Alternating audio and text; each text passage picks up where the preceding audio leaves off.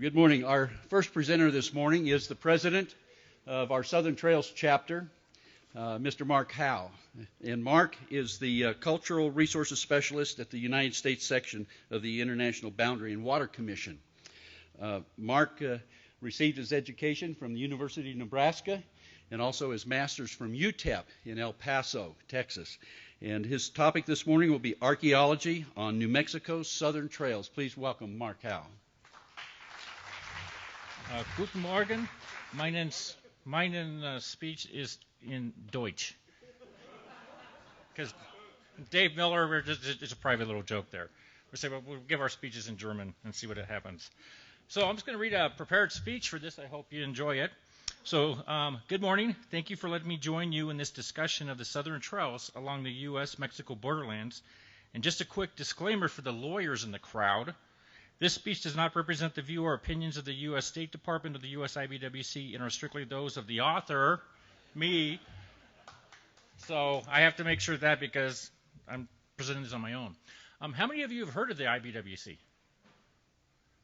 Okay. So good. That's usually what I get, about 1 in 10. And so I'll go through some of this.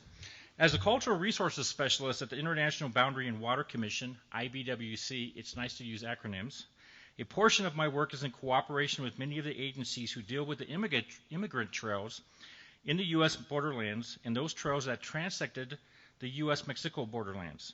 In this map from the OCTA Southern Trails webpage, you can see many of the numerous acknowledged trails. You also have to remember, just like the Oregon-California Trail, not all followed one route. As you can see all these trails here. In this speech, I'm discussing the trails, but I'm focusing on the archaeological aspects of such. I will change a little of what my abstract had discussed on all the trails to be within the time frame of this speech, as there is so much to converse. So archaeologically, what we find left behind is important, as this helps us to understand a little more of the people, culture, and examine new tangents based on new discoveries, some of which I am discussing here. In my work at the Commission and previously at the Bureau of Land Management and with the U.S. Forest Service, I have had the privilege to work on many of these trails.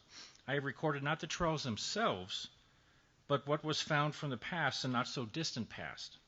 Recent work on the El Camino Real de Tierra Adentro, Carta, has been numerous over the years with many recent publications. As part of the Camino Real, many of the sites, locations, and historical resources are still living, working, and part of our daily trail life. Even though the trail itself has been replaced by roads and highways, the historical context of this important trail is still seen today. Artifacts at locations have been found and documented. Many local organizations on the trails work to preserve what is left before modern development destroys it. As a board of directors member for Carta, and we were going to have a display over here, I am working, sorry Roger, there you go. I am working with them and our Southern Trails of OCTA to work on preservation, but also a little thing called membership and cross-development. Okay, hint, you can join the Southern Trails chapter here in the book room, so join up.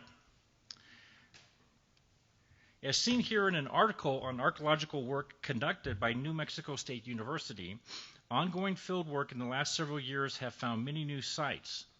Recent work on this by NMSU was completed and presented in poster sessions in Albuquerque this past April at the 84th Annual Society for American Archaeological Conference. One site near Paraja, San Diego, recovered artifacts from prehistoric to historic time frames. As you can see here, I'll have a lot of slides, there's a lot of stuff, but I'll try to just zip through it real quick. But this talks about some of the stuff they were finding out over in this area. The location for this site that they had found is near Tenuco Peak or San Diego Mountain. One point of this on the Camino was it was above the river, but access to the river was easy down the arroyo to the river. And you can see that right here from the 1960s, and then of course today. And you can still go down that area quite easily. But you want to have a four-wheel drive, otherwise you'll sink.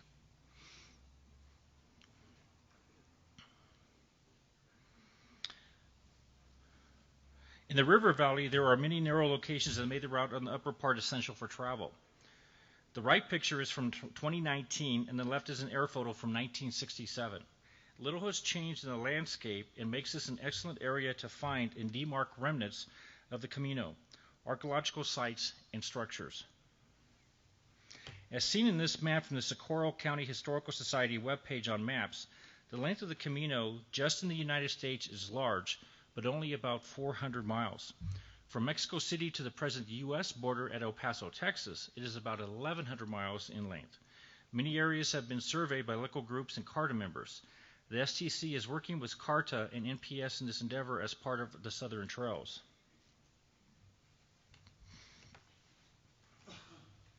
This shows the entire course of the Camino and information about the trail itself. A portion of my work at the Commission is to record what might be found along the river where the Commission has land. In 2012, I completed an archaeological survey near the river for a land exchange. This was near the Tonuco Peak area and to the west of the west side of the river. As seen in this photo, Tonuco Peak is to the northeast and the Camino ran up near where I-25 is now. It was anticipated we might find some remnants of the trail or other artifacts and structures down by the river. What we found in this area was not anything trail related. If there was something there, it was obliterated long ago by agricultural use or flooding of the river. As stated here, only a flake was found on surface and modern irrigation structures. Further testing would have to be conducted to see if there were archaeological features. The site to the north of the canyon, 2410 Press, for prehistoric, was destroyed for the road into this area. There was nothing left, and this site would have been interesting to update as it was a prehistoric site with habitation structures when first recorded. The Camino Real de Tierra Adentro is important for the Southern Trails as it contains portions of the Butterfield Trail, Fort Smith El Paso Road, Janos Road, Lower Emigrant Road, and Upper Emigrant Road. All these trails came to El Paso in one way or another and in the old Fort Bliss area by the river. This trail has much to show us still and is clearly marked today. In El Paso County, work was completed over the last decade to preserve and demarcate the trail, as seen in this marker along the west side of El Paso and north along the river on Paisano and Doniphan roads. Signs like these have been placed along the roads as seen from the unveiling in November 2015 at the Isleta Mission south of El Paso. And remember at our meeting, Aaron showed the display of the different trail signs that they put up. And so these are quite similar to that, or they are. As seen in these maps of the Camino, you can see the changes since the 1600s to today. The 1800s had the establishment of more U.S. military forts, and today the only road changes have included abandonment of the trail with establishment of modern road systems. Ultimately, for this area, preservation of the trail is important as the area is constantly being developed along the river corridor. A few years ago, the BLM and New Mexico State Parks Visitor Center was closed on I-25 south of Socorro, New Mexico, due to budget cuts and lack of visitor use. And if you had a chance to visit that, it was by a rest stop going up I-25. Really a nice, interesting place. Now I'm going to change to the area I know well, to South Texas. This is along the Laredo Trail, but the older El Camino de las Tejas that also went from Mexico City to the missions and settlements in Texas and into present-day Louisiana. I'm going to discuss the area south of Laredo near the Falcon Reservoir area. Remember, trails do not always go where we today say they are. The El Camino Real de las Tejas was a trail in South Texas going to the missions in San Antonio and beyond. This slide from the International Boundary and Water Commission website shows where Falcon Reservoir is located. As you see, this is in far southwest Texas. This also shows the area and projects I cover at the IBWC with my huge staff. As you can see, I got everything from San Diego, all the way here, up the river at Cabaja Dam, and then all the way to the Gulf of Mexico. And I got a huge staff I manage. Me. So I got a lot of work. A little background of the area shows this was settled in the 1700s. As it was settled, people were given land grants on the river, as it was a river at this time, and settlement occurred. Zapata is about 50 miles south of present-day Laredo, Texas.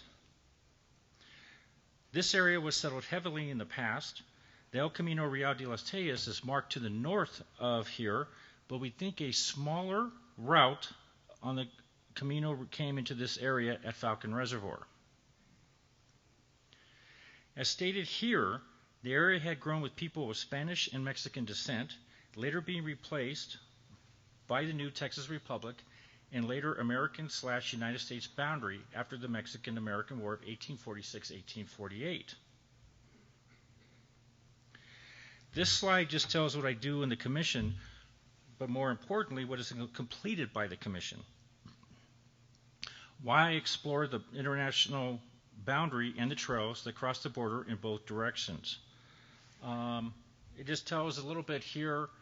We were established after the Treaty of Guadalupe Hidalgo, became a formal commission in 1889, and the treaty authorized us to do a lot of work along the river and the boundary. So I work with a lot of different trails organizations. This monument, 207, I just put this in here, it's out in California. I'm hoping at our Southern Trail Symposium I will be able to work to take us over to that monument by the border fence in that area, and then some of the other monuments we have along the Colorado River at our Yuma Symposium. So if it works out, we'll do that, and hopefully also another little tangent is the Anza Trail came through that area, and if I can work it out, we'll have a dedication ceremony for a sign at the port of entry for the Anza Trail also. In Falcon, the area was to be flooded, and all of these ranchos would be underwater. The IBWC bought them out, and over time, the water eroded away even older sites in the area. Altogether, there are over 900 plus historic and prehistoric archaeological sites there. And I got to try to manage those. Yeah, I need help. But that's the thing. In 2018, IBWC, with the help from the Texas Historical Commission and the Texas A&M International University, TAMI, conducted a reconnaissance survey for a statistical sample. This is part of an environmental assessment, which you're all quite familiar with, of what we have to do along the trails, of the lands in the reservoir. As seen here, many other surveys have been completed in the past. This new archaeological site is showing promise that was found in 2018. The area is low for a crossing to Mexico, but also has signs of habitation as seen from a water trough, ceramics, and bottle. Future coordination of an archaeological field school at this site and others in Falcon this winter are in the works, as a memorandum of understanding, that's where we work with other agencies, was recently signed with TAMI. Some of these artifacts found were the Spanish colonial bottle and a cod liver oil bottle, which, if any of you ever had that, I'm sure that really tasted well. We speculate more artifacts will be found here as we will conduct one-by-one excavation units this winter. It is hoped this is a new crossing of the trails. To the north of here is the San Francisco Historic District and the historic settlement of San Ignacio. There's San Ignacio and San Francisco, the little historical district, and the trail also kind of went through that area. Both are on the National Register and have remnants of trail crossings. The Falcon location with this large number of sites was not only an area of trail crossings on the Laredo and Camino trails, but had a large emphasis on development in ranching and agriculture in the area. Many families who emigrated on both trails are still here, as seen in the descendants, and lands in family names of the Spanish porcions, land grants. Now to West Texas and the southern New Mexico locations. At dinner last night, I had brought up the map plates, which you're seeing here. It was suggested I add this as they are in existence, showing the U.S.-Mexico border. Now, these were found in our warehouse in 2012. And yes, warehouses that exist from the Raiders of the Lost Ark movie do exist, because these were found in a box in the warehouse. So what you see here, these original copper plates, what they made of the border commission did. Map number 4 with the Pacific Ocean showing to the left in the border. Close-up of it, December 30th, 1853. And here's the El Paso plate. We kept this one. And it is on display at our IBWC headquarters. So if you're down there, you can see this on the wall. And here's a picture flipped so you can see what the map would look like. And what the map looks like when printed. At this time, several trails ran through here, because this is the El Paso area, right here, El Paso del Norte, past the north. But it was not named El Paso because there was El Paso across the river, El Paso del Norte, in Mexico. Now, we move to a trail that did come into the later named El Paso on the north side of the river. The Butterfield Trail ran from 1858 to 1861 from St. Louis and Memphis starting points to San Francisco. If you look at this map on the left, you will see it splits on the Pecos River location to El Paso, right here. The upper and lower roads started in 1849, but remember, these roads only followed older established roads from the past, so we should see archaeological remnants of these. The upper road, or northern route, of the Butterfield Trail was in operation for years until abandoned due to lack of water points that were too far apart.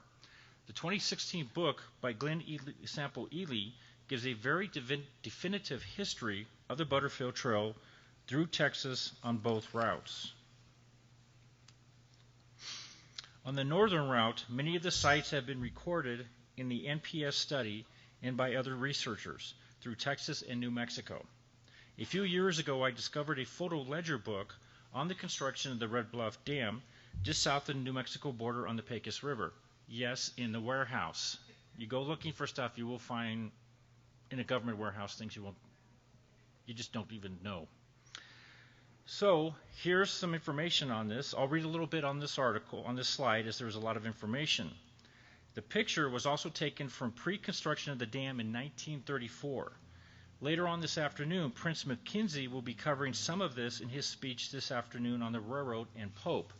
Basically, he's saying that Pope came through here 3 miles downriver from the crossing and drilled artesian water wells, abandoned in 58. The Butterfield Trail came through here.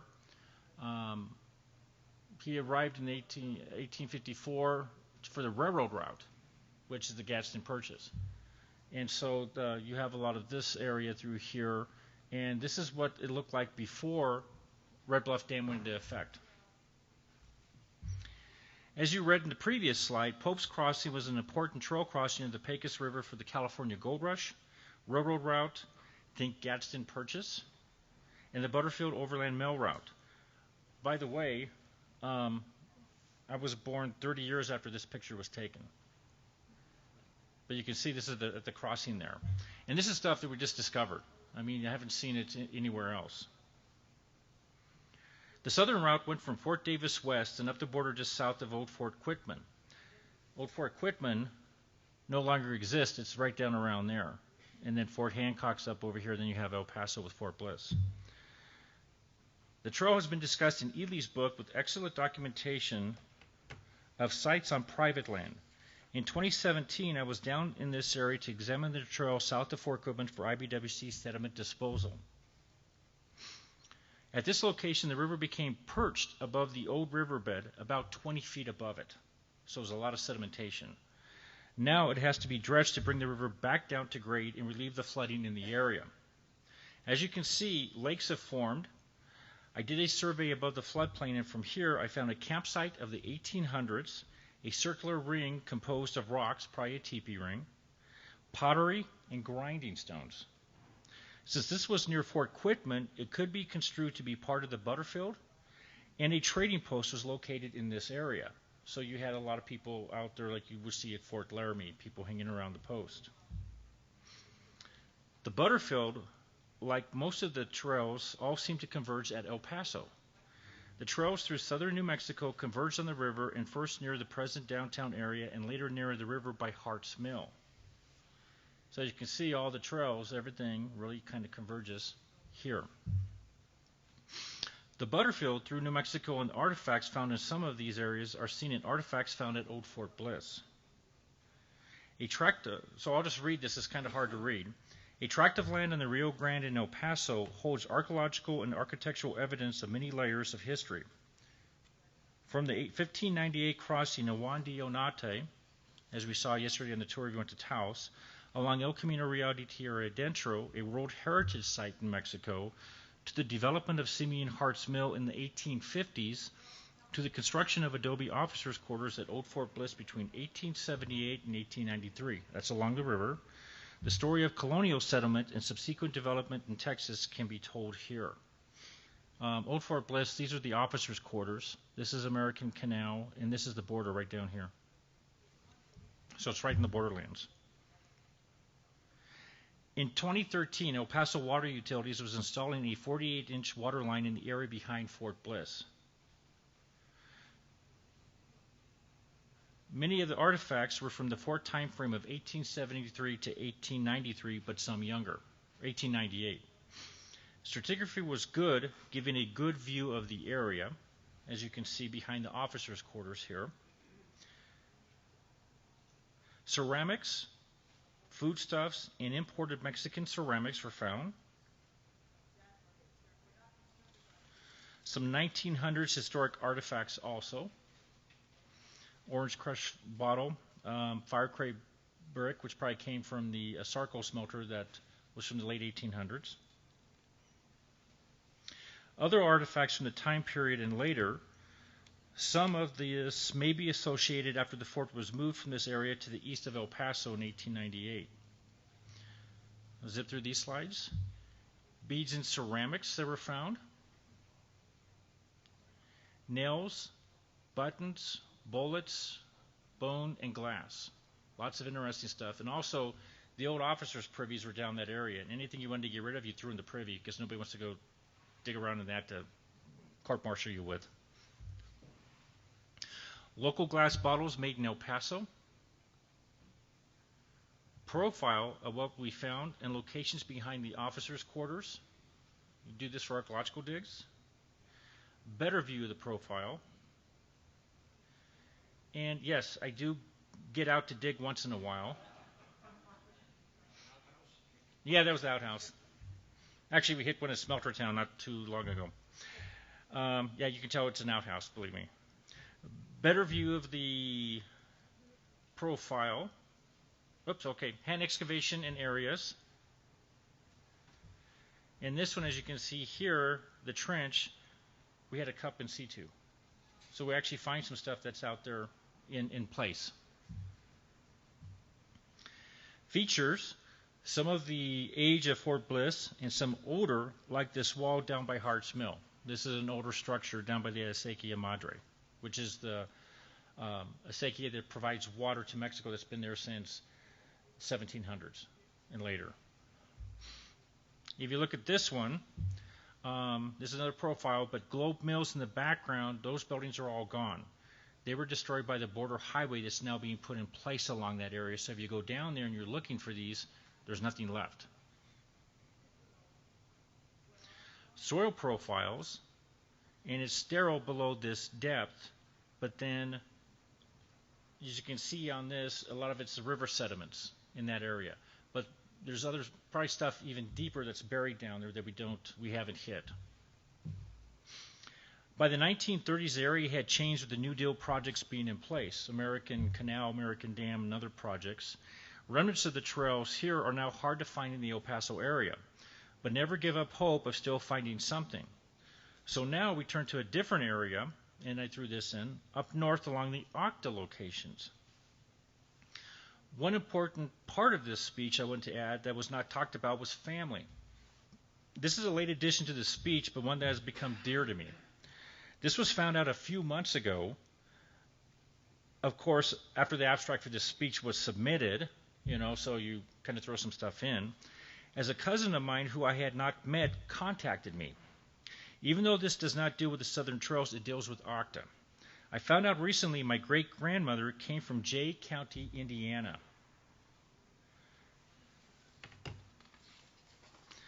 I have not altered the information I received from my cousin from the trail diary kept by his great-grandmother, Jane Henry. As seen, Adelaide is spelled several ways, and in my cousin's last name, Henry, which is the current name they have, the last E has been dropped. So a lot of changes. My other side of the family, the Engelkemeyer family from Germany, Lippe, Deutschland. Yeah, danke. So they have a lot of changes too in their names. So a lot of the trail diaries, you're going to see changes, and so it's quite interesting to see how different letters have been added or dropped. Onto the diary. Well, one thing is you can see Adelaide, but she went Lenore Sullivan and different stuff on here. Went to Nebraska. Onto the diary. A copy of this transcribed diary was sent to Travis to be included with the trail diaries. I hope to get the original in time, so then we could see what else has been changed on there, maybe transcribe this from where they came.